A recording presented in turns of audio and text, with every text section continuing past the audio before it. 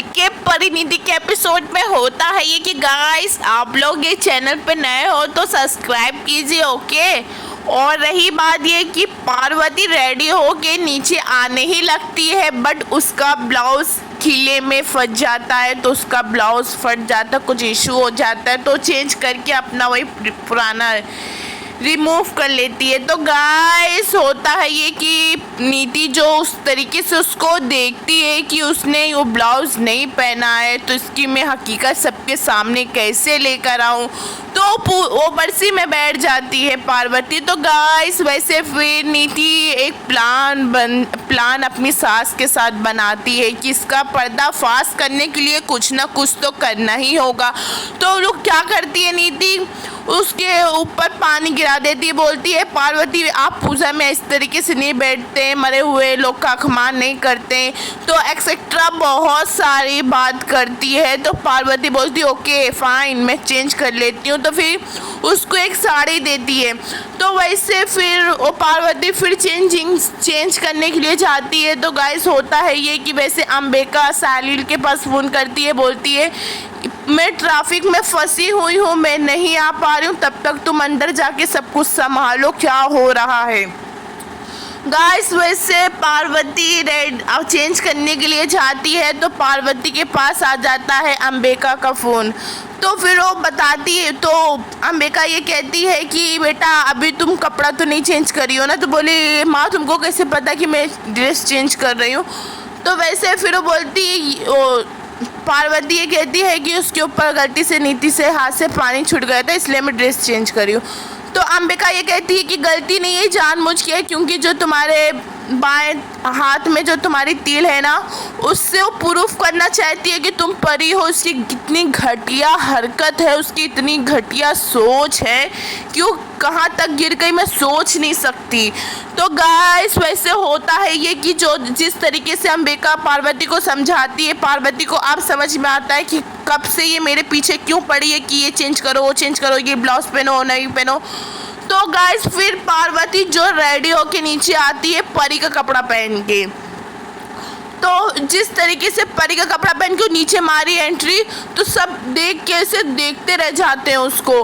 तो होता है ये कि गाइस वैसे तो फिर है ना नीति हद पार कर देती है, ज़बरदस्ती उसका है ना ब्लाउज ऐसे खोल के उसको दिखाने की सबको कोशिश करती है कि देखो इसके उसके बाजू में तिल है, यही परी है।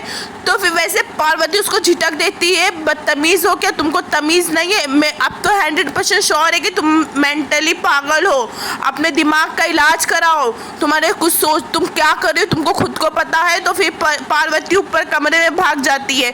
तो वैसे नीति उसके पास जाती है, उसको खूब झिटकती है, उसको ज़बरदस्ती उसका है ना तिल देखने की कोशिश करती है। तो वैसे संजू आता है, नीति को झिटक देता है, ये क्या है, आर यू मैड, पागल लड़की है क्या तू। वैसे फिर अंबिका आ जाती है, अंबिका ये बोलती है कि तू इतना गिर सकती है, तू इतनी बड़ी पागल है, मैंने कभी ऐसे तेरे जैसी लड़की मैंने ज़िंदगी में नहीं देखा। तो गाइस वैसे होता है ये कि फिर अंबिका के सामने पार्वती के साथ नीति ज़बरदस्ती करने लगती है। तो वैसे अंबिका बोलती है मेरी बेटी से दूर रहना वरना तेरा हाथ तोड़ के रख दूंगी। तो वैसे गाइस फिर अंबिका और नीति में हो जाती है बहुत सारी लड़ाई। तो गाइस वैसे फिर अंबिका अपनी लड़की को लेके जाने ही लगती है। फिर गाइस वैसे तो पार्वती संजू को इतना वार्न कर देती है कि जो मैंने बहुत सुना था कि तुम्हारी जो वाइफ थी और ये जो नीति बहुत बेस्ट फ्रेंड थी, इसमें प्यार नहीं, जिस तरीके से इसकी हरकतें हैं ना परी के थ्रू, तो ये लगता है कि जो आपकी परी का तो आपकी वाइफ जो परी के डेथ के पीछे इसका भी हाथ है।